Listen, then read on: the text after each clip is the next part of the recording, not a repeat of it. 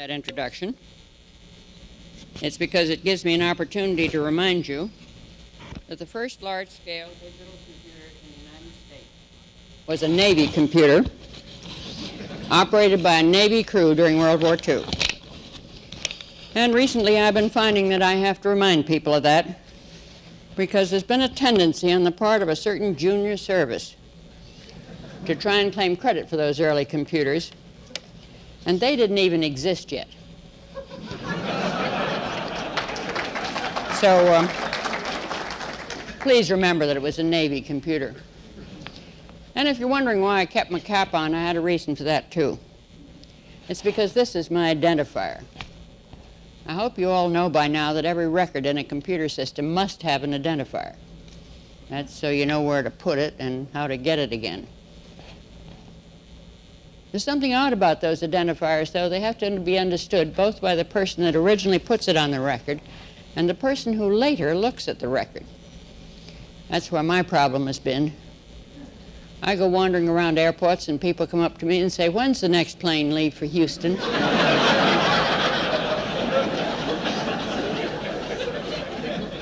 I got totally demoted one night in San Francisco. I got off an elevator, and there was a couple in the elevator with me. As I got off, I heard the woman say to her husband, "What was that?" "No, you haven't heard the worst of it." He said, "That was a security guard." So then I went up to Canada to speak at the University of Guelph, and I had to go through immigration at the Toronto airport. So I handed my passport to the immigration officer, and he looked at it and looked at me and said, "What are you?" And I said, "United States Navy." He took a second real hard look at me, and then he said, "You must be the oldest one they've got." Now, I didn't really feel that was a polite way to welcome visitors to Canada. But the only put me down I could think of was to say, "No, Admiral Rickover is 6 years older." And I don't think he even knew who Admiral Rickover was. But if you know what I am, I'll take my cap off. That only goes to show my white hair. Actually, I can remember when Riverside Drive in New York City, along the Hudson River, was a dirt road. And on Sunday afternoons, as a family, we would go out and sit on the drive and watch all the beautiful horses and carriages go by. In a whole afternoon, there might be one car. Cars were enormously expensive. They were individually built. There was no such thing as gas stations. If you went on a long trip, you got 5-gallon cans of gasoline, put them on the back deck, strapped into the car, and took your gasoline with you. If you broke down in the middle of Utah, you wired back to the manufacturer. Then he sent a man out with a part. Then he worked on the part till it fitted your car. Then along came a gentleman named Henry Ford with two concepts: standard interchangeable parts and an assembly line. And he started to build Model Ts. I think we've totally forgotten how tremendously that changed the world. You could have any color you wanted as long as it was black. They cost between $300 and $600, and people started to own cars. Naturally, once they had cars, they demanded roads. We built them. Gas stations appeared. Garages could stock the interchangeable parts. They appeared. People found they could move to suburbs and drive to work. Then, of course, they wanted to shop near home, so we had to build shopping centers. I think we've forgotten the tremendous developments that followed from the Model T Ford. Now, whether you recognize it or not, the Model Ts of the computer industry are here. We've been through the preliminaries of the industry. We're now at the beginning of what will be the largest industry in the United States. And I'm quite worried about something. When we build all those roads and the shopping centers and all the other things and provided for automobile transportation, we forgot something.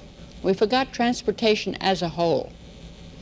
We only looked at the automobiles. Because of that, today when we need them again, the roadbeds of the railroads are falling apart. They're dumping polyvinyl chloride around the countryside. If we wanted to move our tanks from the center of the country to the ports to ship them overseas, there are no flat cars left because we move all the cars on those racks on the roads now. If we wanted to move coal to replace oil, There are probably not enough hopper cars to move both the grain crop and the coal. And the truth of the matter is we've done a lousy job of managing transportation as a whole. Now, as we come to the world of the microcomputer, I think we're facing the same possibility. I'm afraid we will continue to buy pieces of hardware and then put programs on them, when what we should be doing is looking at the underlying thing, which is the total flow of information to any organization, activity, company, or what have you. We should be looking at the information flow and then selecting the computers to implement that information flow. Now, of course, if we do that, one of the first things we'll need to know is something about the value of the information we're processing. It's close to 8 years now that I've been trying to ask people how they valued their information. I've gotten the finest assortment of blank stares you ever saw in your entire life. They even questioned whether there was a difference. Naively, I thought I could find out how people were valuing their information if I could find out how priorities were assigned on the computer systems. Boy, did that go flat fast. I found out exactly how the priorities are assigned. Top priority goes to the senior squeaky wheel, not to the most valuable information. Some people even questioned that there was a difference in the value of information. I use as an example a chemical plant I know up in Michigan that's totally operated by computer. Information comes in from marketing, goes to the computer. It opens valves, pushes stuff through pipes, tells inventory what it's made. The people are paid by the computer. Nice computerized reports go up to the president's desk. Now let's suppose that two pieces of information enter that flow simultaneously from two different ports in the system. One comes from a valve out in the plant and says, if you don't open me, the plant's going to blow up. You have less than a minute in which to act, 100 lives at stake, $100 million chemical plant. At the same instant, in the other part of the system comes the fact that Joe did 2 hours of overtime. Which is the more valuable piece of information? And what are our criteria? I've mentioned 3 possible criteria. The time in which we have to act, the number of lives affected, the number of dollars affected. I think there's a 4th, the importance of that piece of information in making decisions. No work, no research has been done on the value of information. We've completely failed to look at it. And yet it's going to make a tremendous difference in how we run our computer systems of the future. Because if there are 2 things that are dead sure, I don't even have to call them predictions. One is that the amount of data and the amount of information will continue to increase, and it's more than linear. And the other is the demand for instant access to that information will increase, and those 2 are in conflict. We've got to know something about the value of the information being processed. Everybody wants their information online. If one department gets an online system, then all the other departments want an online system. In many cases, that's a matter of prestige, not of actual need. I played a very mean trick on one activity. I tucked a counter in every record. Every time the record was looked at, I added one. At the end of 6 months, I printed out everything which had not been looked at. One entire file fell out. Yet the owner of that data had insisted that his information must be online. It was a matter of prestige to have his information online, not that he really needed it there. One outfit has taken a second look at the data from that point of view. It's the Coast Guard. They had a file which contained the complete history of every buoy. And when a ship went out to maintain the buoys, they'd look in the file to see what had been done about the buoy over the last couple of years and whether any message had been left to look at something next time. Those records started years ago as a punch card, and they'd gotten longer and longer and longer and longer over the years. The whole system was slowing down, and yet they needed rapid access to it. So they took a second look at those records. And they said, hey, we don't need that whole record online. All we want online is the last couple of years. We don't need to know when we bought the buoy and how much it cost unless we're going in for a budget to get a new buoy. We can have that answer tomorrow or the next day. They chopped those records. The front end of it that they need for reference to go out and maintain the buoy is online. The rest of the record has gone back to batch, and you can have the answer tomorrow or the next day. Somewhat the same thing has been done by Tactical Air Command at Langley. They were carrying online for assignment on base the complete record and history of every person. The whole system was slowing down because the records were so long. So they took a second look at the records. And they said, hey, we don't need that whole record when we're assigning a man on base. All we need to know is the last couple of schools he's been to and the last couple of assignments he's had. We don't care where he went to high school. So they chopped the records. The immediate past history is online. The rest of it's going back to batch, and if he's going up for an award or a promotion or something, you can have that tomorrow or the next day. They've begun to look, at least, at the time value of the information. There's been no research in this area. There's no one publishing papers, not even on the relative value of information within an organization. Nobody is looking at the value of information or comparative value of different pieces of information. And we've got to look at it because it's cluttering up our online systems. And we've got to know more about the value of information in order to design the systems of the future. I thought up a couple of curves. I have no numbers to put on them. The research hasn't been done yet. But at least I think I can talk about the shape of them. Suppose this is dollars and this is time. And an event occurs here.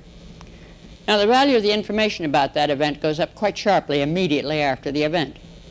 But the further you get away from the event in time, the more the value of that information levels off. It goes up very sharply, then it levels off. Now, ultimately, it gets replaced by a new piece of information, or we decide we don't need it online anymore, and we transfer it to historical files, microfilm, or something like that. Of course, in industry, they have to save it for the IRS. So the value curve probably looks something like that, a sharp rise, a leveling off, and then an eventual transfer to some form of historical file. What about the cost of that information? The cost of information is very, very low at the time of the event.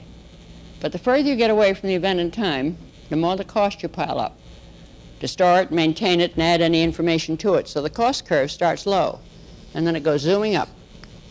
Now, there's a lovely crossover point there. That's the point at which keeping that information in our online system is costing us more than it's worth to us. But because we don't know where that point is, we have no way of getting stuff out of our online systems. And that depends on knowing something of the value and the cost of the information concerned. We've got a big job to do in investigating those areas. As a matter of fact, we don't even know the possible cost of having incorrect information in a system. This vastly upset Lieutenant Colonel Rendleman down at Maxwell Air Force Base, and he decided to investigate the possible cost of having incorrect information in a system. He found a section in the privacy law. Fortunately, most of our government employees don't know it's there, or haven't found it yet, which says that if you have incorrect information in a personnel file, and if because of it someone's denied a promotion or a raise or something like that, they have a right to sue the federal government. It's one of the very few cases in which the individual is directly given the right to sue the federal government, and it's a very powerful paragraph. Whenever any agency fails to maintain any record concerning any individual with such accuracy, relevance, timeliness, and completeness, boy, that's 4 powerful words, as is necessary to assure fairness in any determination relating to the qualifications, character, rights, opportunities of, or benefits to the individual that may be made on the basis of such record, and consequently a determination is made which is adverse to the individual may bring a civil action against the agency, and the district courts of the United States shall have jurisdiction in the matters under the provisions of this subsection. So he decided to find out how much it might cost to have incorrect information in a personnel file. And he said, let's suppose I have a personnel file on 8,000 people. And he said further, let's suppose that I know the file is 95% correct. He selected things and looked at them and gotten a correctness percentage. Of course, I don't believe there's a personnel file in the country that's 95% correct. But he said, let's suppose it is. And that means that 5% of those records contain incorrect information. 400 of them contain incorrect information. Then he went and talked to the decision-making people and the psychologists and so on, and he says, what's going to be the effect of that incorrect information? And they said, well, it's going to stick out. It probably won't match the rest of the file. Nobody takes any chances on anybody nowadays. We think in 90% of those cases, a negative decision will be taken on the basis of the incorrect information. That would mean in 360 cases, a negative decision is taken on the basis of incorrect information. Then he said, we don't know how many of those people will sue. We have no experience with that yet. So by the laws of probability, we'll have to say it's 50-50. 180 of them sued the government. Now, of course, they're bound to win their suit because the incorrect information's in the file. So he said, let's suppose the damages are $2,000. I think he underestimated that. $100 for court costs, $650 for lawyers. Each of those cases is going to cost us $2,750. How much do we stand to lose because of incorrect information? Well, it turns out that 180 times $2,750 is darn close to $500,000. $495,000. The possible cost of information in that personnel file. Now, until we make that computation, the possible cost of incorrect information, we can't make a clear estimate of how much we're willing to spend to correct the file. I now know that economically I can go up to almost $500,000,000 to get that file to a higher level of correctness, because that's what I stand to lose. We've almost never made any computation of the possible costs of incorrect information in the system. One of the things that bothers me is we've talked about data processing for 30 years. We spent all our time talking about the processing, hardware and software. We paid no attention to the data. And yet the data is our raw material. Our output is information, our product. And we should be concentrating on the data and the information. The hardware and software are, after only, the tools which we do the processing, and should not occupy the primary position in our thinking. It's high time that we began to turn our attention to the data and the information that we're putting out. I don't know how I'm going to persuade people to do it, but I'll try hard.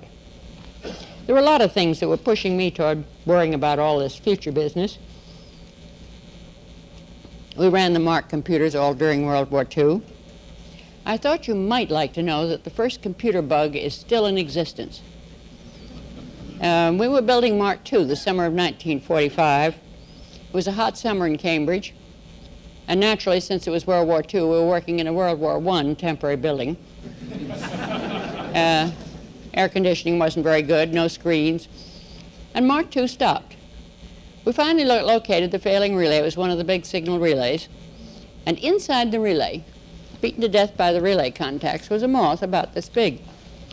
So the operator got a pair of tweezers and very carefully fished the moth out of the relay, put it in the logbook, and put Scotch tape over it. And below it he wrote, "First actual bug found." I knew you'd be glad to know that the bug is still in the logbook under the Scotch tape. It's in the museum at the Naval Surface Weapons Center at Dahlgren, Virginia. Now, I've told that story a lot of times. It turned out some people didn't believe me, particularly the American Federation of Information Processing Societies. So they made an expedition to Dahlgren, and sure enough, they found the first bug in the logbook under the Scotch tape. So they took a picture of it, and last year in the July 1981 issue of the Annals of the History of Computers, they published a picture of the first bug. And I think it's rather nice that the Navy is keeping a few of the early artifacts, like the first bug and me and a few other things. However, it finally got to be 1946, and each one of us the war was over. Each one of us had to decide what we were going to do next. Now, up to that time, the waves had all been reservists. In 46, the Navy offered the opportunity for the waves to transfer to the regular Navy. So naturally, I applied for transfer to the regular Navy. And I was turned down because I was too old. The cutoff age was 38, and I was 40. And incidentally, it's just as well to be told you're too old when you're 40, because you go through the traumatic experience, and it never bothers you again after that. I really recommend it highly. However, I elected to remain in the reserves. Now, back in those days in the reserves, we had 3 jobs to do: summer training duty, weekly meetings, and take correspondence courses. We had to take correspondence courses according to our designators. I was then an ordnance officer. At present, thanks to the now defunct Bureau of Naval Personnel, it turns out I'm an aeronautical engineer, but I don't worry about that. So I took ordnance courses, and of course the Navy was using up all the old manuals at the end of the war. So I learned all about big guns and gun turrets and everything we were then phasing out of the Navy, though now it may come in handy again, till I ran out of ordnance courses. The only other courses that would credit for my designated were the War College courses.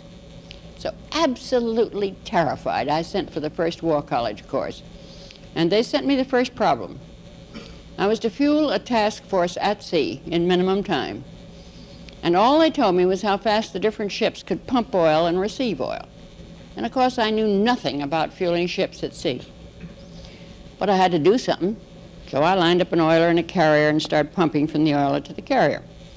Perfectly clear that wasn't going to get me minimum time.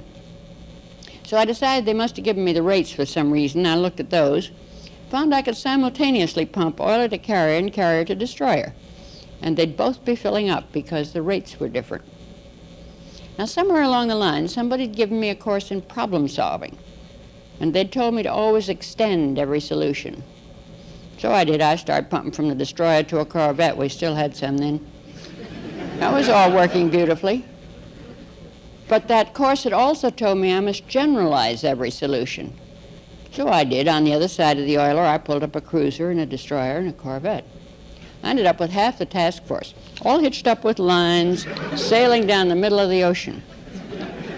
My problem was returned with a comment, an interesting solution. I decided that wasn't the way you fueled ships at sea.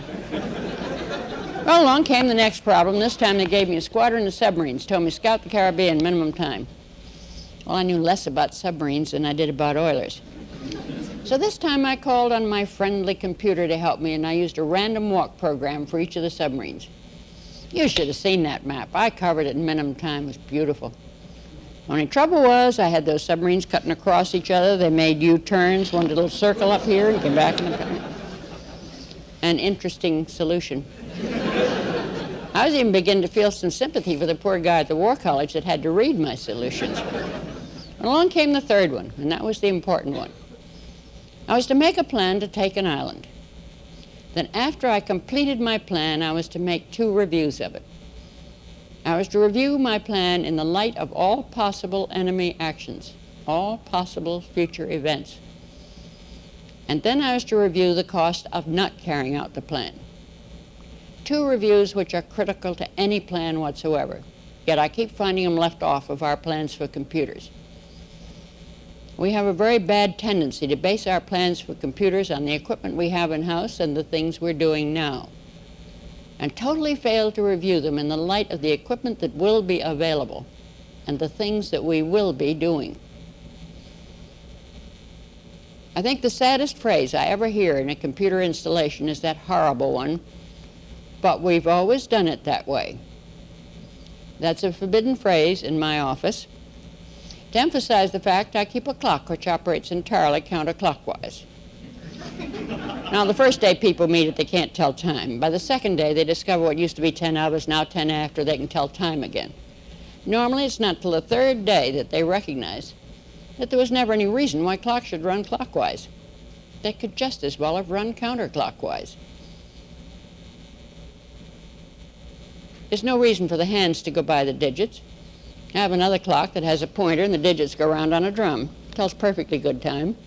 Of course, by now I have a digital clock, and my helpful crew gave me an hourglass.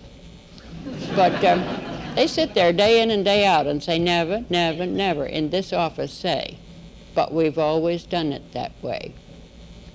Now, when it comes to carousels at airports, I can see a good reason why they run this way. That's because most people are right-handed, and that's the way you grab your bag. I still haven't found out why helicopter rotors go the way they do, but I find it rather interesting that we've always done it this way seems to be so much embedded in things.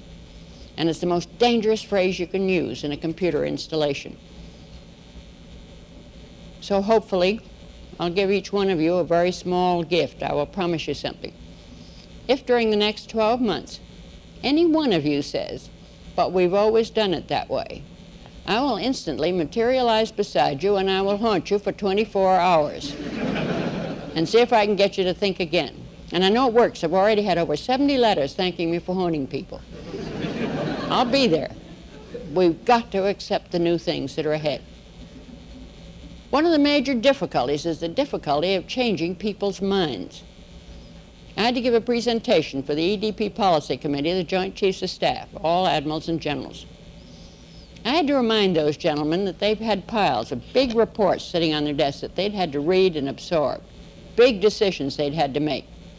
And they had not had time to keep up with the technology that was changing overnight. And therefore, they were going to have to learn to listen to their juniors. I'm telling all the youngsters, officer and enlisted, and civilian, never, never, never take the first no. There are a certain number of people in business, industry, government, who always say no the first time you suggest something new because they're lazy. And if they say yes, they're going to have to do something about it.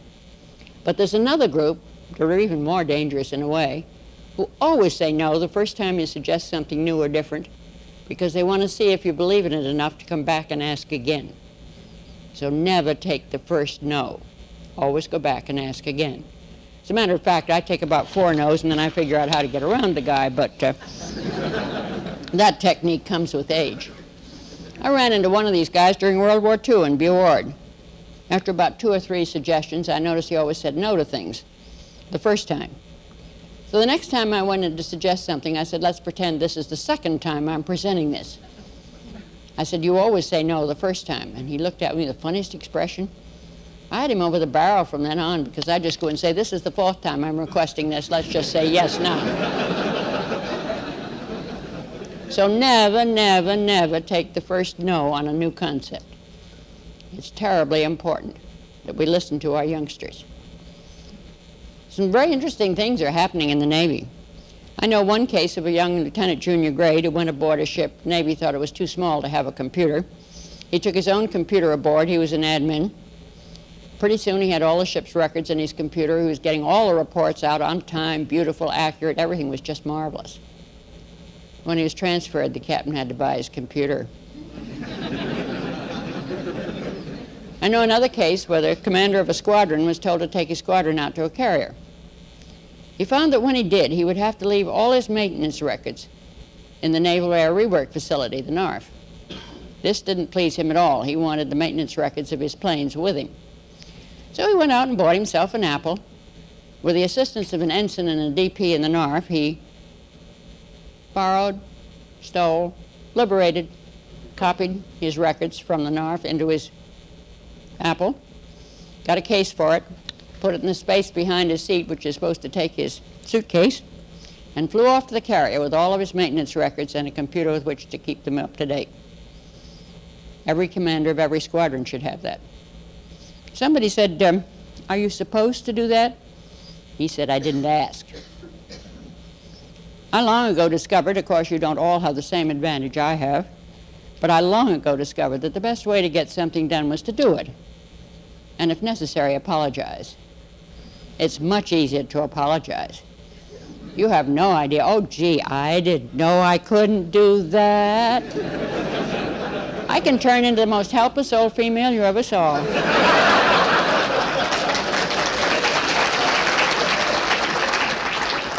We've got to listen to our youngsters. We've got to do the new things. And it isn't too hard to apologize, believe me. We had another case, a young electronic technician, first class, out in the Pacific Fleet, built a computer. The PR man of his ship thought this was terrific. So he took a picture of the sailor and his computer and put it in Navy Times. Admiral Cullen saw it. So he wrote a letter to the sailor and congratulated him. And he sent it direct through the mail instead of sending it through channels. So the sailor decided that if the admiral could write him direct, he could write the admiral direct. And he did. And he thanked the admiral for his letter. He pointed out he didn't know admirals read Navy Times, but he was glad they did.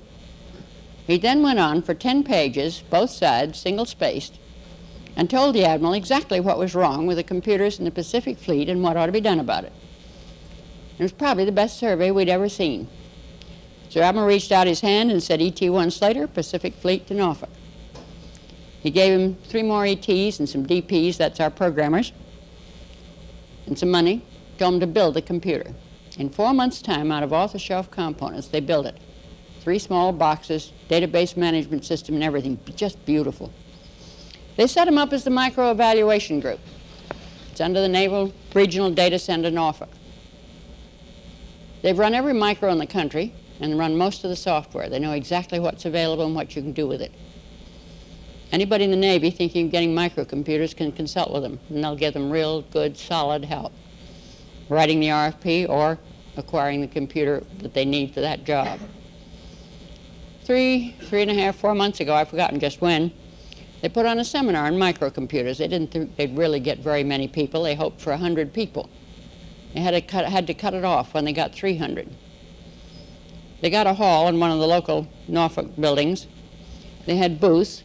They leaned on all the micro manufacturers, each to bring in their micro. And they had every one of those micros, I think there were 27 or something like that of them, every one of those micros running an actual Navy problem. So when the Navy came in, they could see the micros doing their kind of problem. They've got some marvelous speakers. Probably one of the most successful seminars on micros I've ever seen, all put on by those young enlisted men. In fact, Slater, who's now a chief, has recently written an excellent paper, Everything You Ever Wanted to Know About Microcomputers But Didn't Know Who to Ask. It's top-notch. You can get a copy from Nardac, Norfolk. Excellent job. All the questions you should ask when acquiring a micro and why the different answers apply to different things.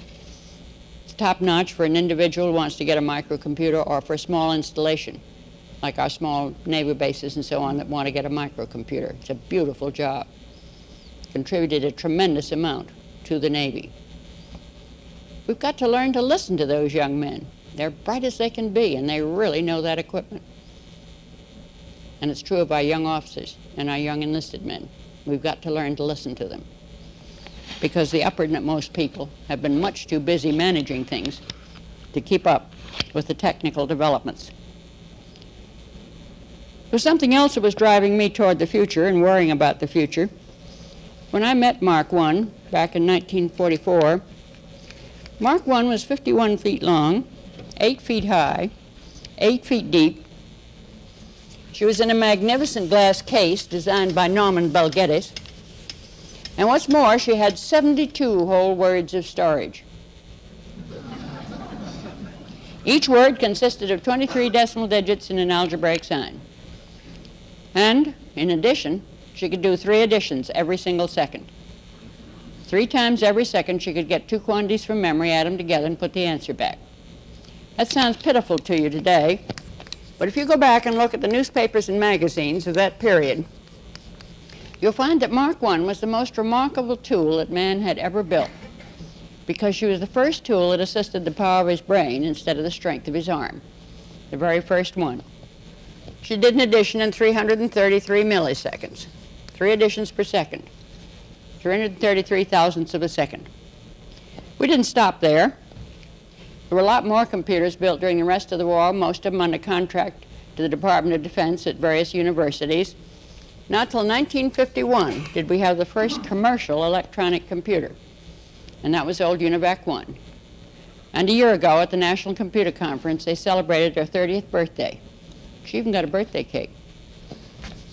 And UNIVAC 1 could do an addition in 282 microseconds, 282 millionths of a second, and we were going 1,000 times faster. We didn't stop there. By 1964, out came the first of the CDC 6400s, and it did an addition in 300 nanoseconds, 300 billionths of a second, and we were again going 1,000 times faster. Now, if you're not about the future, as I am, naturally you have to try and write the next line, see what it looks like. 19 question mark. Well, we need an XYZ system that adds in 300 picoseconds, 300 trillionths of a second for a complete addition, storage to adder, add them together and put the answer back. Another 1,000 times faster. The answer is we need it right now. There are a couple of problems for which we need it very badly. The population of the world is increasing. That means we have to increase food supplies. The biggest assist we could give to increasing food supplies would be better long-term weather forecasts. You may remember a couple of years back they planted corn out in Iowa, Before it was fully rooted, heavy rains came, washed it all out. They had to wait for a second shipment of seed and fertilizer and plant again. It was too late. The early frost got it.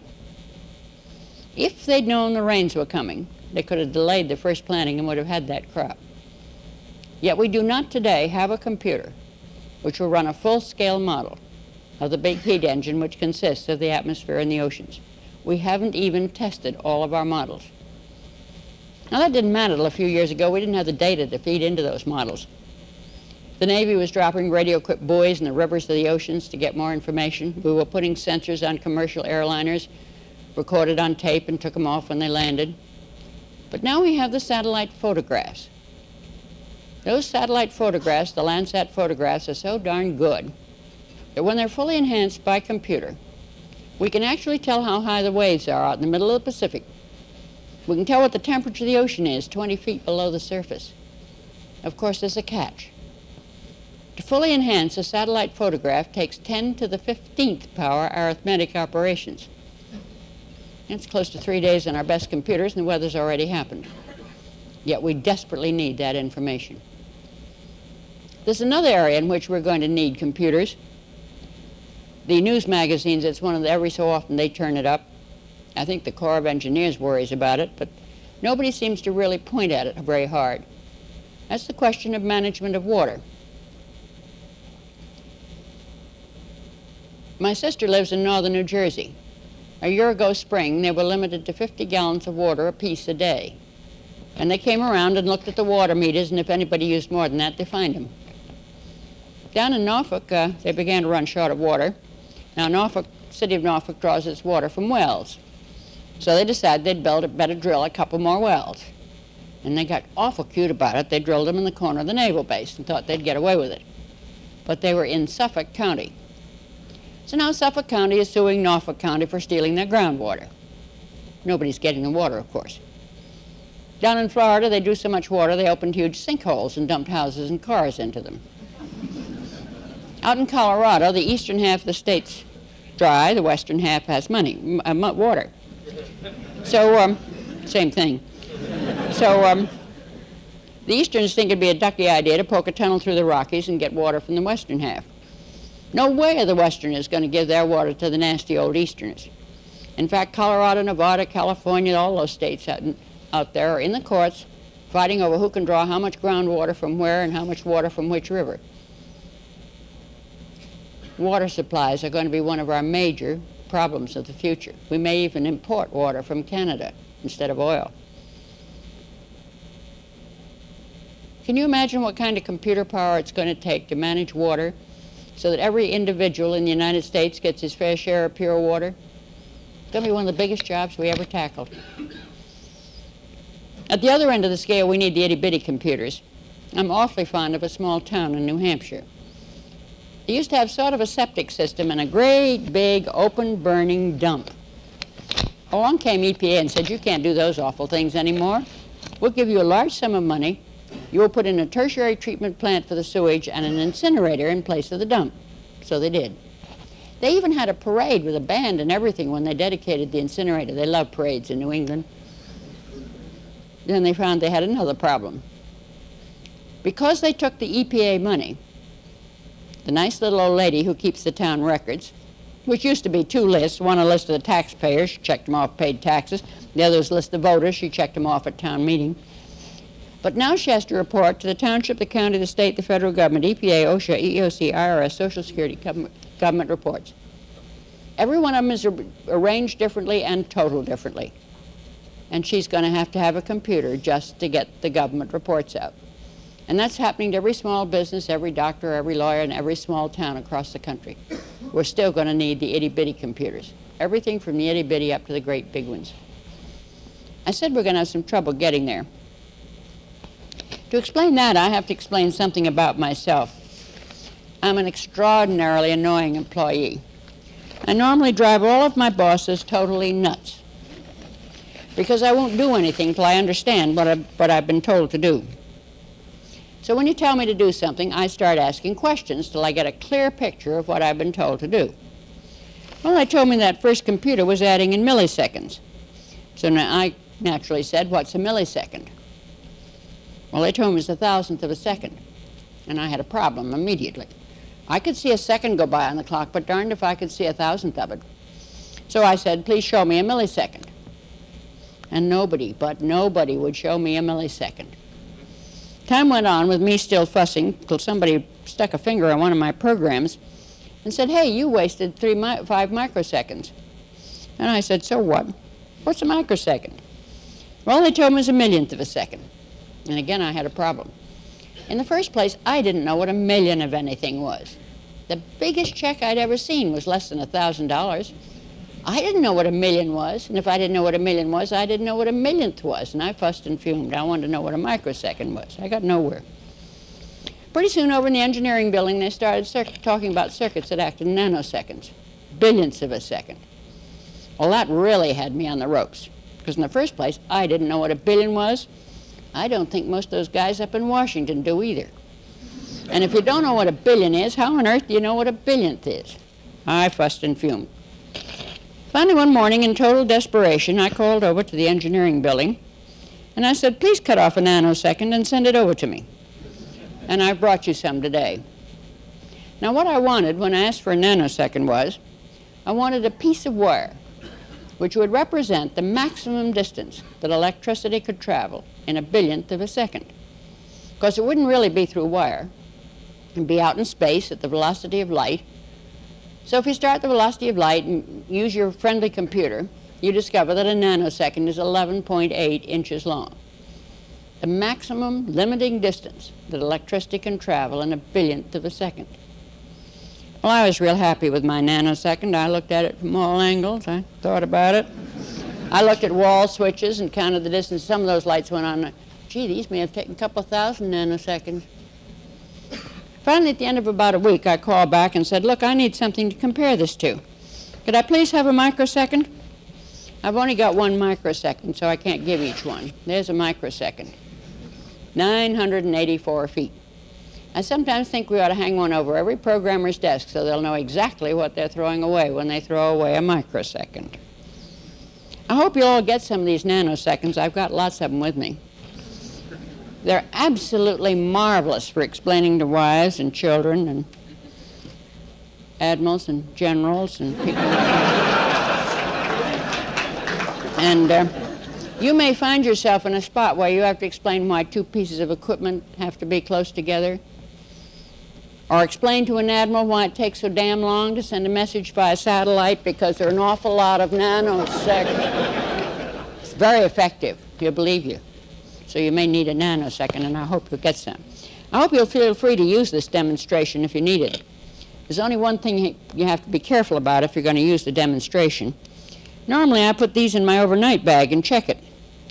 One day, I put them in my shoulder bag and went down to National Airport. And it took me 20 minutes to explain nanoseconds and microseconds before I could board an airplane. So if you caught them around with you, be sure you check them. I've got lots of nanoseconds for you here. I bet you didn't know nanoseconds came different colors, but they do. But I said I wanted to add in 300 picoseconds. Now, a picosecond is 1,000th of a nanosecond. The best way to make picoseconds is get one of those big pepper grinders, and you can make picoseconds all over the table. 300 picoseconds is going to be 1/3 of a nanosecond. And there's my problem. I haven't got enough distance to get from disk to add or disk to add, or add the two together and put the answer back. I'm beginning to push the velocity of light. Now, Dr. Einstein very carefully explained to us that when matter attains the velocity of light, matter turns into energy. It goes poof. Now, of course, I'm perfectly willing to admit that our bright young engineers are going to get beyond the velocity of light. They're going over into that anti-universe where they have white holes and talk to all the quarks and leptons and gluons and everybody else. But not in the next 5 years. And I need that computer before then. So what am I going to do? Well, I could use my common sense. Except that seems to be the last thing we ever use in connection with computers. Well, if I won't use common sense, maybe I can use history. Back in 1976, we got well accustomed to looking at early history. Let's try that. Now, back in the early days of this country, when they moved heavy objects around, they didn't have any Caterpillar tractors. They didn't have any big cranes. They used oxen. And when they got a great big log on the ground and one ox couldn't budge the darn thing, they did not try to grow a bigger ox. They used 2 oxen. And I think they're trying to tell us something. When we need greater computer power, the answer is not get a bigger computer, it's get another computer, which of course is what common sense would have told us to begin with. Incidentally, common sense is a legitimate scientific technique. The mathematician Polya, who worked at Princeton, he's the man who wrote the 2-volume text on techniques of problem solving. He also wrote a nice little anchor paperback, How to Solve It. And one entire chapter is devoted to the use of common sense in solving problems. Yet we sometimes forget to use it. So the answer is that to get the computer power we're going to need, we're going to have to build systems of computers. Of course, the first answer anybody will give you to that is that'll cost too much, but it won't anymore. The cheapest complete computer you can buy today is probably the old Intel 8021, the first of the 4-bit computers on a chip. 64 words of data storage, 1,000 words of program storage. Those are down to 13 cents a piece if you buy 100 of them. There's nothing to stop us from building systems of computers. Of course, I walked into one difficulty the minute I proposed the idea. I decided that if I was going to have systems of computers, I'd need 3-dimensional flowcharts. So I got some plastic plates, and I could draw charts on each one and pile them up, looked like 3-dimensional chess. When I connected between the plates, I used little pieces of string and Scotch tape, but they fell off.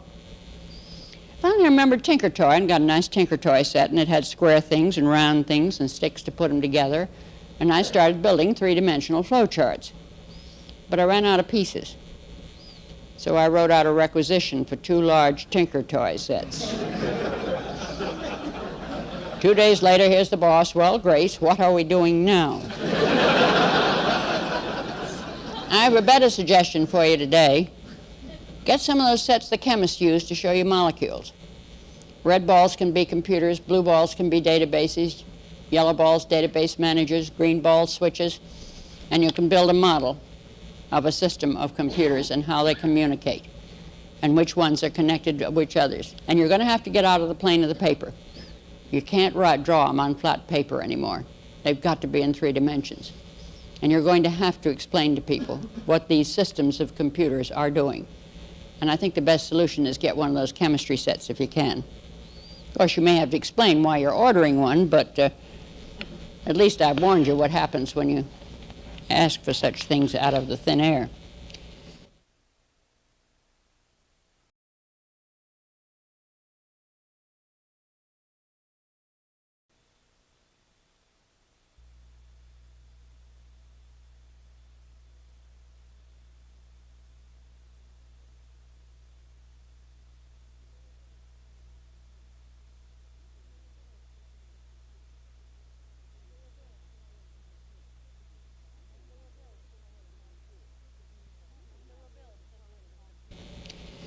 So we'll build systems of computers.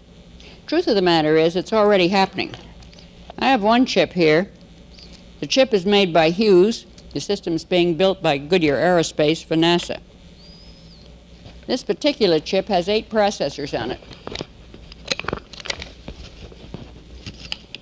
They're lined up 4 and 4. You may want to look at it afterwards. I'll have it here. There are 8 processors on that chip. The system consists of 128 by 128 processors, 16,384 processors all in one system. They call it the multiple parallel processor. Now, of course, you might think that's going to fill a room like Mark I did. Not at all. All the processors are in one cabinet. Second cabinet holds all the input, output, and controls. Third cabinet is a PDP 1134. Because obviously you have to have a computer if you're going to manage 16,000 computers. Each pixel from a Landsat photograph will go to one processor. Pixel includes position, color, intensity, everything else that you know about that pixel, and can communicate with the surrounding pixels. It's to be used to hunt for oil and minerals and stuff like that there. The other chip I have here is the first I've managed to get my hands on of the very large-scale integration.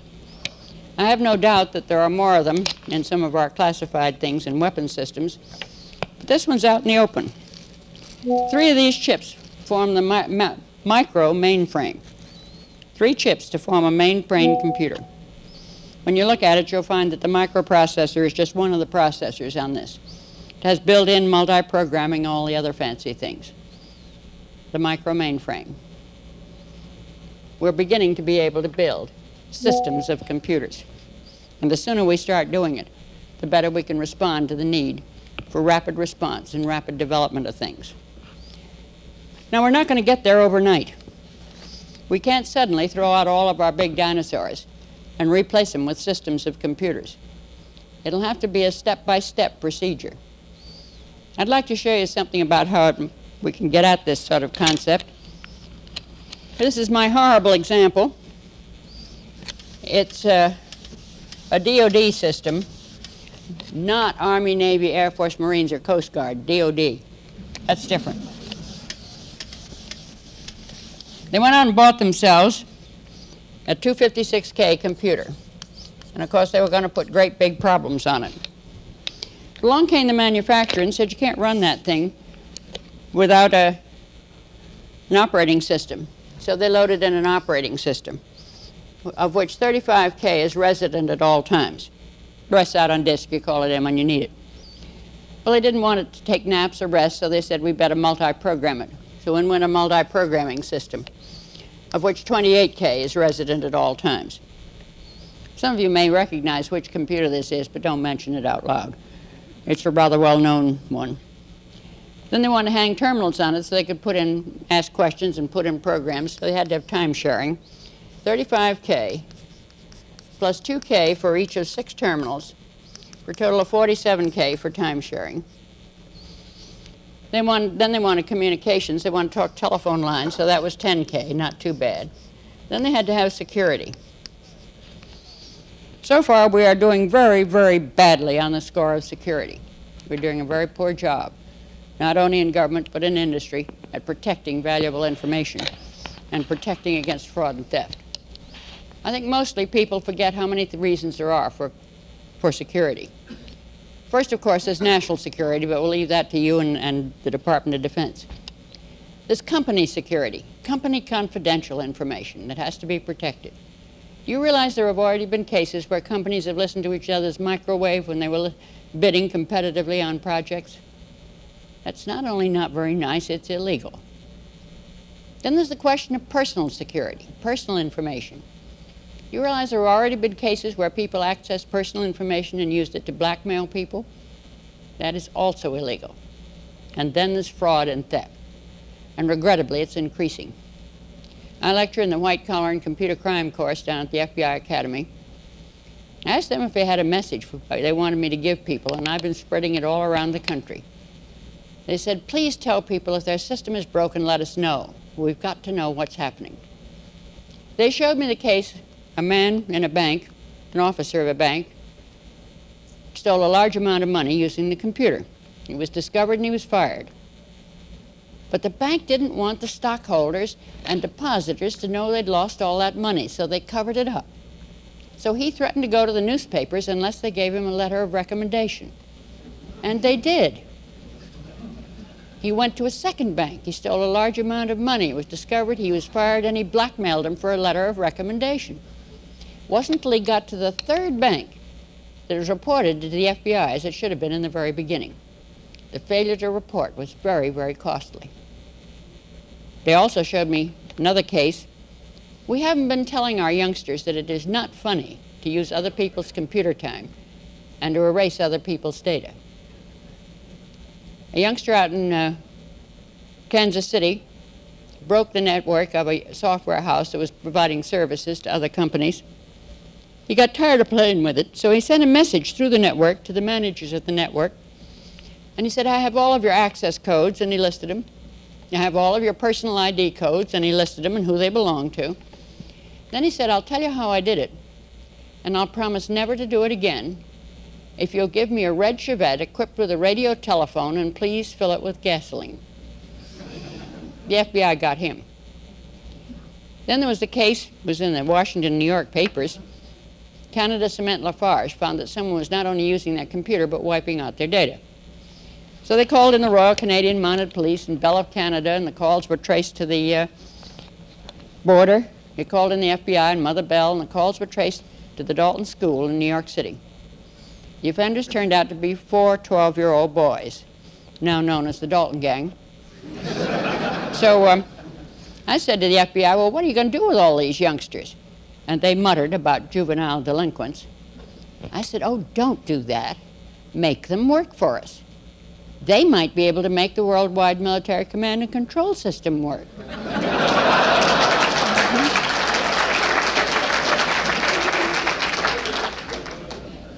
Certainly throughout industry, I have found major difficulties in security. I was tickled to pieces with a New England insurance company out in Portland, Maine. They looked at their data, and they said, hey, we've got 2 databases here, not one big one. All of this information deals with our policyholders. This information deals with how we run our company. We need 2 database machines, which have different classifications, so to speak. People are beginning to look at the data and how you're going to protect it. But so far, well, this system has been broken about every 2 weeks or so, so the security is still growing, 17K for security. Then we're all lemmings in this business. If anybody has something, we all have to have it. So, of course, they had to have a database management system. In went a database management system, 23K. For a total of 160K of overhead, pure overhead. That minor earthquake they had up in New England did not come from the Laurentian Fault. When my sainted Scots grandfather heard about this, he rolled over in his grave. 160K for overhead. I left them with 96K to put their programs in. But they couldn't run a 96K program because they were multi-programming, so they had to have at least 3 partitions in there. Programmers are limited to 32K per program, and ain't that ducky. You buy a 256K computer, and you can write a 32K program. Have you looked at your overhead lately? Let's get rid of it. Let's start building a system of computers. Let's put in one microcomputer and have it handle all internal consoles and security, another one and have it handle all external consoles and security. Now I've begun to protect my system. This is my operating system. If I can access your operating system, I'll break your system. If you want to know how to do it, I'll tell you too afterwards. Now I put micros out front. A terminal calls in. The micro asks for the ID of the person operating the terminal, and you give it. The micro breaks the connection and calls back the terminal on which that ID is legal. Now why go through a callback procedure? Look at those kids calling in. They got the telephone number of Canada Cement Lafarge. They called in. The microcomputer asks for an ID. You give an ID. Now it's either you either borrowed, stolen, copied, or bought someone's ID, and all those have already occurred. You give it. Micro breaks the connection. It'll never call back the illegal terminal. And short of piggybacking or an actual wiring within the building, you don't get over that. It has another advantage in that either the micro or the mainframe can change the number of the terminal number, so that you may know your access number, but you do not know the number assigned to your terminal because it may have been changed 2 minutes ago. And it's a fairly good way. I wish more of the banks were using it, the callback procedure, because it's much easier to keep people out of a system to begin with than it is to get them out after they've gotten in. Now let's put a third micro in and have it handle the database. Database manager. That concept has a long and interesting history and is a good example of the way we do not accept new ideas. It was first proposed by Bell Labs in 1972, and they showed that a back-end computer went faster and cost less to manage the data. Nobody paid any attention. In 1974, they published a paper, Back-End Computer for Database Management. I can't believe people read it. Nobody did anything about it. Usually we listen to Bell Labs. 1977, the Army, working with Kansas State University in Cullinan, put a back-end computer for database management. Showed it went faster and cost less, but even they're not doing it. 3 years ago at the National Computer Conference at Anaheim, they showed the first of the database machines, a machine built to do database management. It's not a computer, it doesn't compute, except to count one once in a while, a database manager. People didn't pay attention. Finally, this year, 10 years after we first latched onto the idea, The Navy's putting a database machine in at Point Magoo. And I have a paper here by Frank Malabarber, Database Machines, It's About Time. I can't understand why it's taken us so long to realize that a better specialized machine to handle database was always going to go faster than a general purpose machine. Plus the fact that the minute you go to database machines, you can have more than one database. And in a Navy installation, we could have one database which was highly classified and another one which was open. And it means that more than one computer can access the database. So the concept of database machine is very much at the heart of building the systems of computers of the future and the concept of multiple databases. And that was why I was so happy with that New England insurance company that recognized that right in front of them there was clearly two separate databases, one for the insured and one for their own company. And if we look at our data, we'll find in most cases that it does break down pretty clearly. After all, there was never any reason why we put inventory and payroll on the same computer. The only reason we did was because we only had one computer. Now we've got to overcome that concept and realize those can be on separate computers. And of course, the minute we get to systems of computers, we don't go down anymore, which is another important point. Now I can put 3 more computers in here, 4, 5, and 6, to run those 3 problems that I wanted to run. They'll run in parallel instead of sequentially under multi-programming. And today they can be 64K micro instead of 32K. Next week, of course, they'll be 256K or something. I can put another micro in so they can all talk to each other. It'll cost me less than 1/3 what the big system did. So the sooner I move to systems of computers, the faster I'm going to go, the better security I'll have, and the less it'll cost me. All good reasons for moving towards systems of computers. But it won't happen overnight. Only recently have we persuaded our admiral to send out the order to all of the Nordacs. Identify the first system you're going to pull off and put on a separate computer. Maybe by the time our big mainframes are about to pass out, we will have begun to get our things into a system of computers. It means looking ahead. It means planning ahead. And it's going to take us the next 5 to 10 years to get there. And it's awfully hard to get somebody to do it on their watch when the payoff will not come this year. But we've got to begin to look ahead and plan for the systems of computers of the future. And I hope at least one of you will get a set of those nice gadgets they use in chemistry and start constructing a system of computers. And you can even have different kinds of bonds between them, one of which you know is classified, the other's not, and so on and so forth. I think you'll have lots of fun starting to design the systems of computers of the future. Well, so far I've talked only about data and hardware. We've got to do something about software. One of the big cries today is that software costs too much and you can't maintain it. Combination of a proof by Dr. Haney and my crew, we developed a technique which has paid off in a rather big way, particularly from the point of view of maintaining a system. Now, Dr. Haney proved something rather interesting. You may want to repeat it to your programmers. It's very good for them. Programmers tend to believe something that's mathematical. So if you can get a mathematical proof, they're much more apt to believe it than all the orders in creation. Dr. Haney said, suppose I have a piece of a program and I make a change in it. Do I have enough programmers here to know what happens when you do that? You probably have to make another change. The darn things ripple. All right, he said, let P be the probability that if I make a change, it causes another change. Then he said, I'd like to know, on the average, how many changes do I have to make as a result of that first change? Well, that's the expected value. The statisticians have told us how to compute it. E is the first change, plus the second change times the probability that I have to make it, P.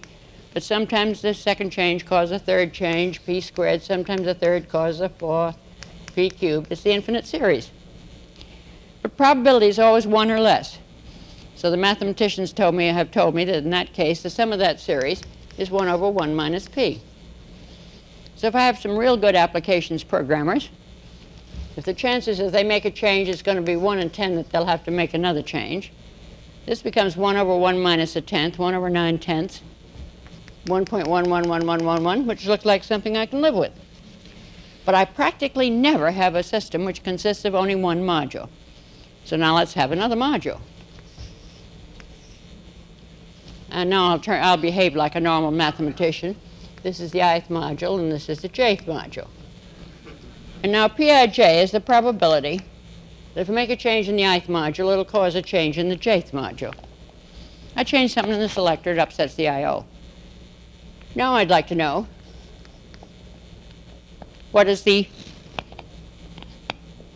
how many changes do I expect to make as a result of that first change?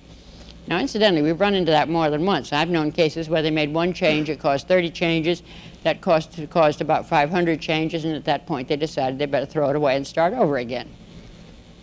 In this case, Dr. Haney's proof shows that in this case, the expected value turns out to be 1 over 1 minus NP, where P is the probability that a change in one module will cause a change in another one, and N's the number of modules.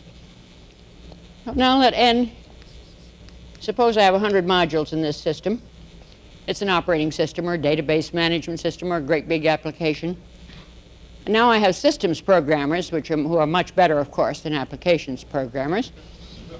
So now the probability that they make a change, it's going to cause another change, is 1 in 100. How many changes will I expect to make as a result of that first change? This should be a minus sign, I'm sorry. 1 over 1 minus 100 times 100th is 1, which is 1 over 0, which is infinity, and the system will not stabilize. We've been awful close to that point. You can probably all remember cases where we changed something in the I/O, and a week later the whole system blew up, and you didn't know where it started from. Is there an answer to it? And the answer is yes, there is. That is to make all of the Pij's 0. Well, what's that mean? It means you write the system in independent modules.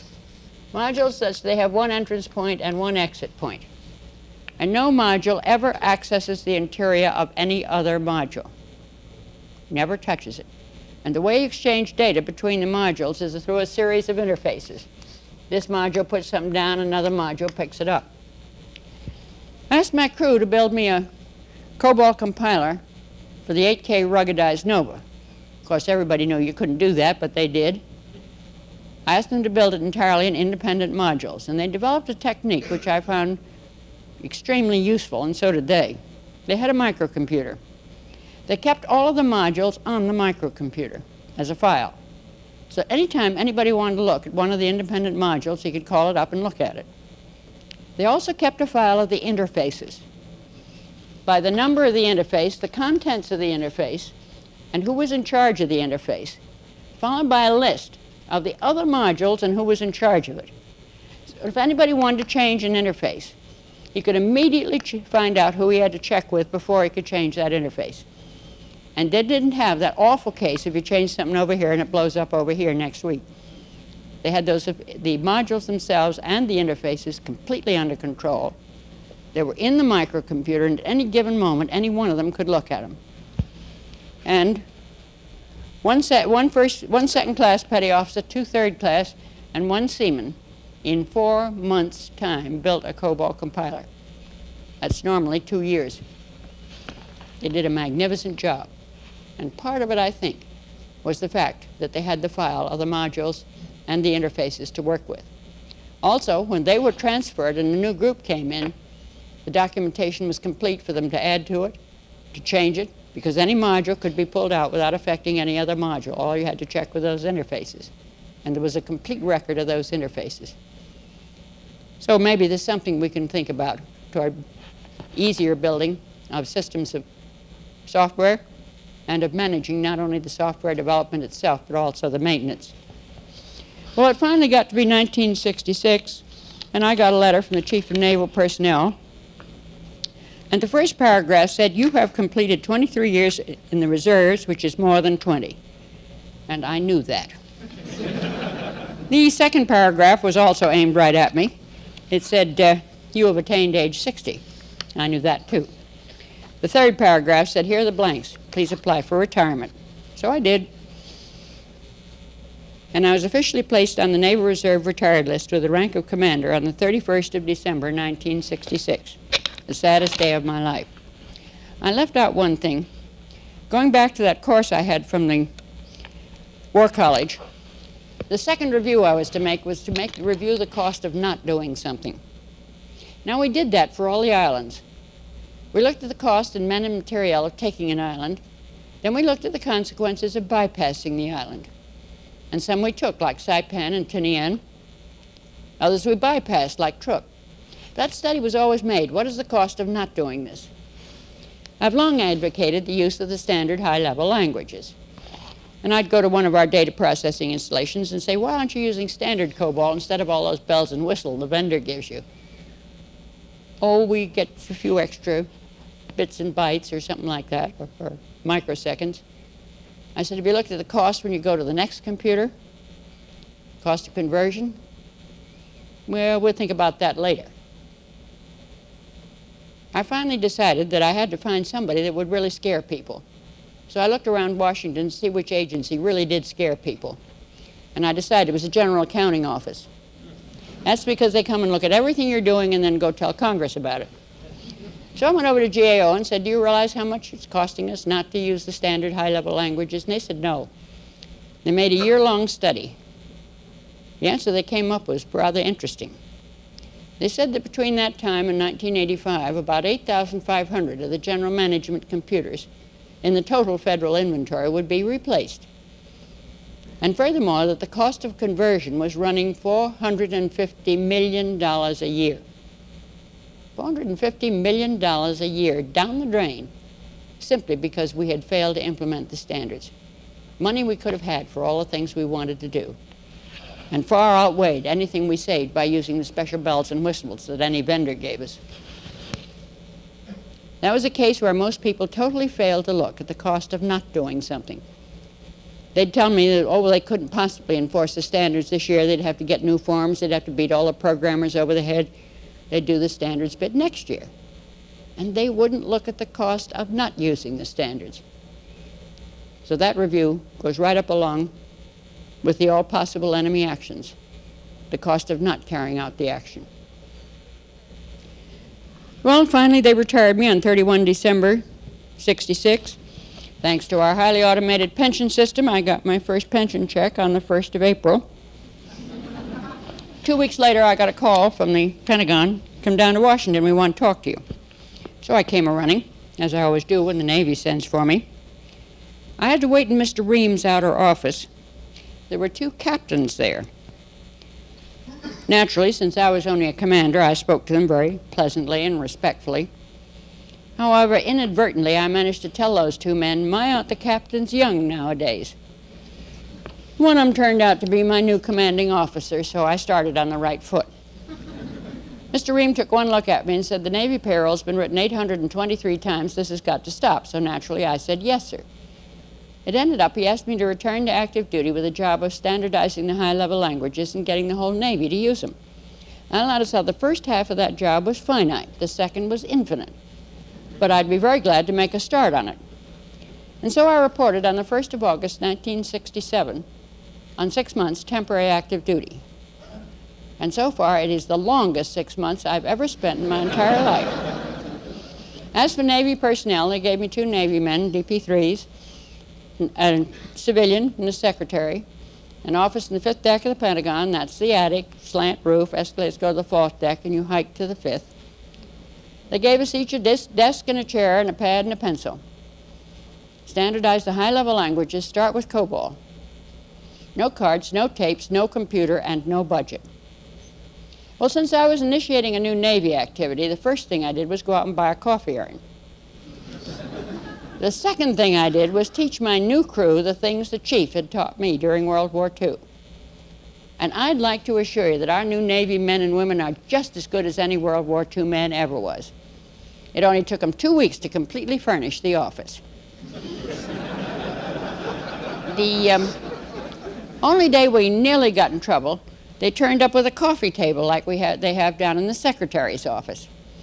The captain took one look at it and said, "Where'd you get that?" But I remembered what to do. I just stood perfectly straight and said, "Captain, it wasn't bolted down."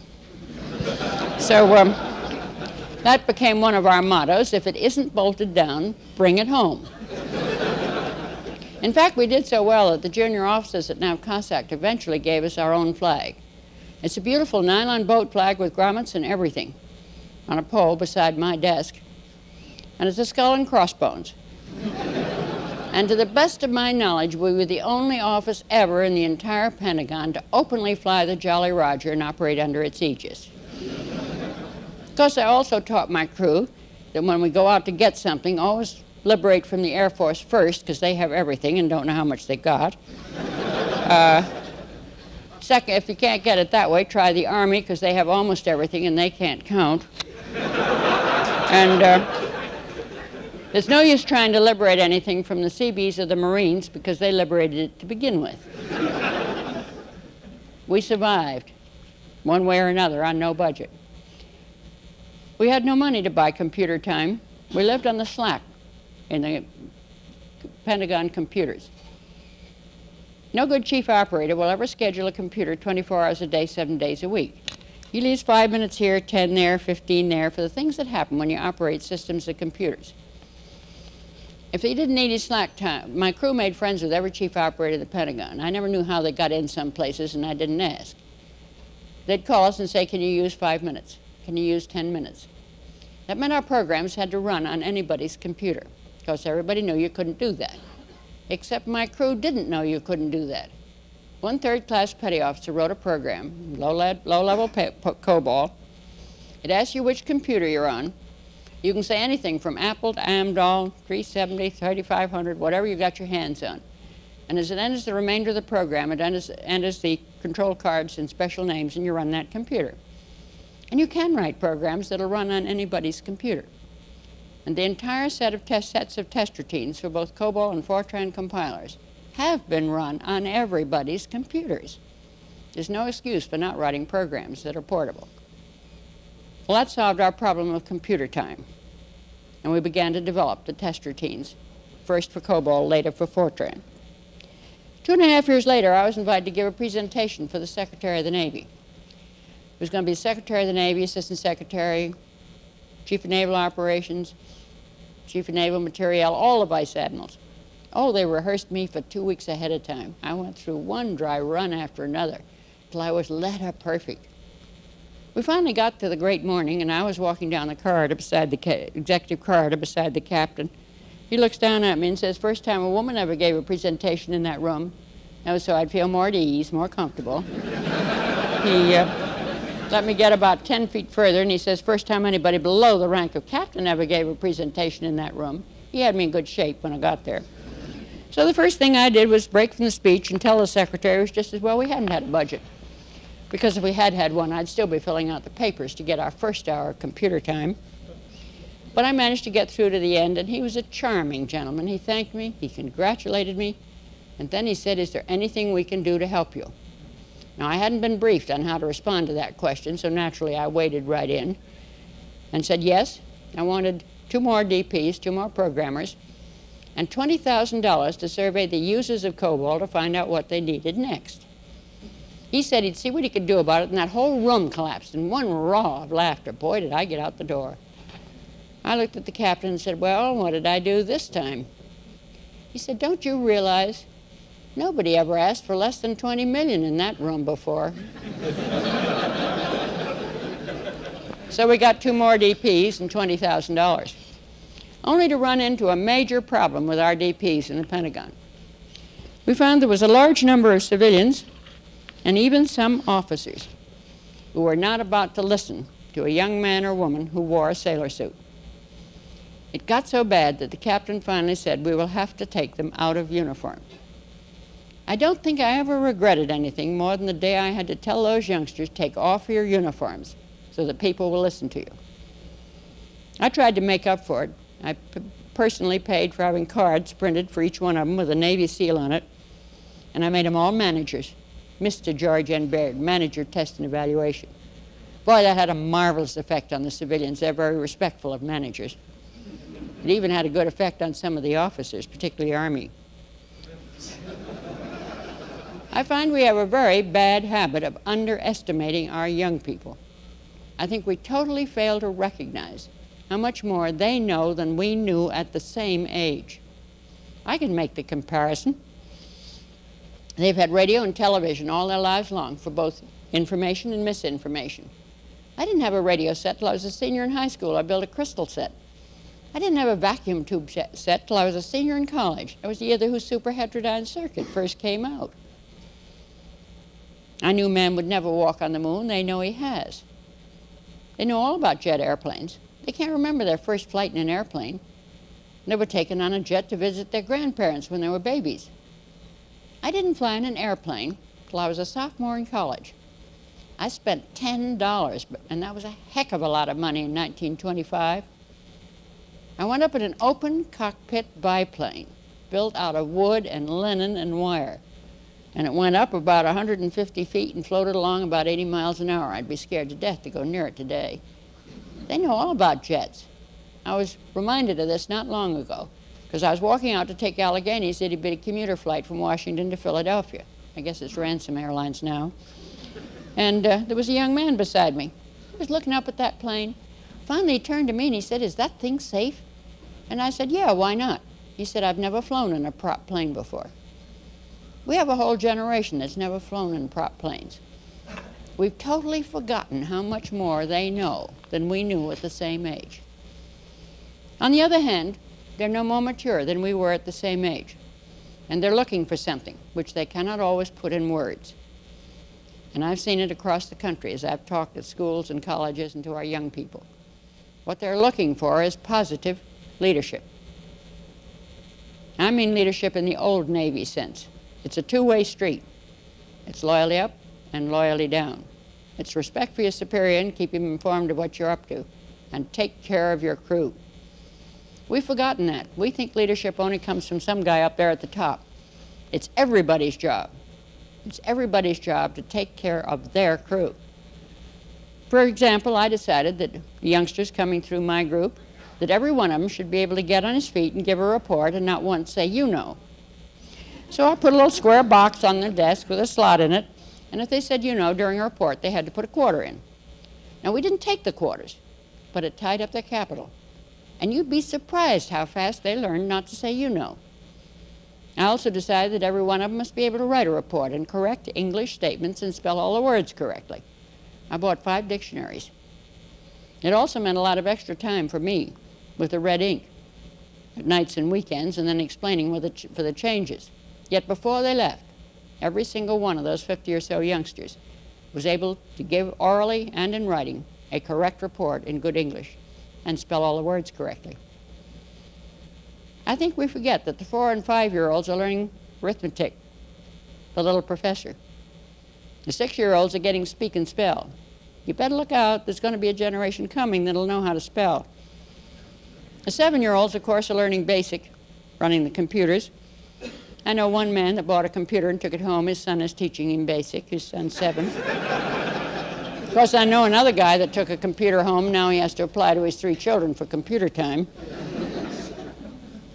They're tremendously bright, and they're out there, the brightest youngsters we have ever had. Now, they're not coming from the 2 coasts and the big cities. They're coming from farm country where they still believe you have to work to earn something and work to learn something. North Dakota, South Dakota, Idaho, Wyoming, Utah, Nebraska, Kansas, Kentucky, Tennessee, northern Alabama, northern Georgia, southern Indiana, southern Illinois, west Texas. They're coming from out there in the farm country where they still have good schools, and they still believe you have to work to learn something. They're out there, the brightest we have ever had. And yet somewhere in the last 30 years, we lost that word leadership. We went overboard for management, partly under the influence of Mr. McNamara, partly under the business schools. We concentrated on this quarter's bottom line, this year's fitness report. We forgot to look ahead for the next 5 years for any enterprise. And we lost that concept of leadership. Loyalty up and loyalty down. It's the one thing those youngsters are looking for. You can't do it all by management. If I had a Marine standing here beside me, what he would say would be, when the going gets rough, you cannot manage a man into combat. You must lead him. And I think he would further add, you manage things. You lead people. We need to bring that back very badly, not only in the armed forces, but in all of government, throughout business and industry. It's the one thing that those youngsters are really looking for. Good, positive leadership. Well, eventually, The test routines were successful. The order went out which said all compilers brought into the inventory of the Department of Defense should be tested. You, Navy, shall set up a compiler testing service, which was done, and we started testing all Fortran and COBOL compilers for the Department of Defense. That left the rest of the federal government to worry about. National Bureau of Standards came and got a copy of our programs. We were glad to share them until 2 weeks later. Our programs had been printing out at the top of every page of every report, U.S. Navy compiler test. I found them loose in Washington, and they were printing out NBS compiler test, and boy, was I mad. They came around and wanted a new updated set of the programs, and I said I wouldn't give them one. I was promptly told that politically I must cooperate with the National Bureau of Standards. So I thought it over for 2 whole days. And I finally gave them a new set of the programs, and as I did, I promised them if they again attempted to change U.S. Navy into NBS, it would blow their operating system off their computer. Well, eventually we held a peace conference and exchanged our prisoners of war. And the National Bureau of Standards delegated to the Navy the job of testing all COBOL and Fortran compilers for the entire federal government. That continued till about 2.5 years ago. At that time, the Appropriations Committee of the House of Representatives made a horrifying discovery. They discovered, to their horror, that the Navy was performing a federal function. In their completely horrified state, they picked the compiler testing service out of the Navy and put it over in the General Services Administration. Now, I might be real worried about them over there, except I trained them all. They're all ex-Navy. I think they're doing all right. Since they got over there, they've gotten all new offices, all new furniture, and 2 new computers. Every 3 months, they put out a certified compiler list, which lists all compilers which have been tested and certified to meet the ANSI specifications, all the way from Apple to Amdahl and everything in between. And there is a COBOL for Apple, and it has passed the standards test. For both COBOL and Fortran, they're all listed, and you can even get the details of the test. Most of them cost around $8 or $9 for the complete details of the test of any given compiler. So, at last, we're beginning to be able to implement the standard high-level languages. I'm tremendously proud of what those youngsters have accomplished. 2 of them received the Navy Achievement Award for leading the development of those test routines. One received the Navy Achievement Award for leading the development of the COBOL compiler for the 8K ruggedized Nova. We're particularly proud of one member of the group. She finished her courses. She was a 2nd-class petty officer, so we shipped her off to OCS. She's now in a cruise missile installation in Germany, a lieutenant, and she has just been selected to attend the Naval Postgraduate School. For myself, I've probably spent the busiest, most exciting, most challenging, and most interesting 15 years I've ever spent in my entire life, and I've loved every single minute of it. I've also received most of the honors that are given to anyone in the computer industry. Each time I've received one, I've thanked them, and then I've told them something I'd like to repeat to you. I have already received the highest award I will ever receive, no matter how long I live, no matter how many more jobs I may have. And that has been the privilege and the responsibility of serving very proudly in the United States Navy. Thank you all, and don't forget to get a nanosecond.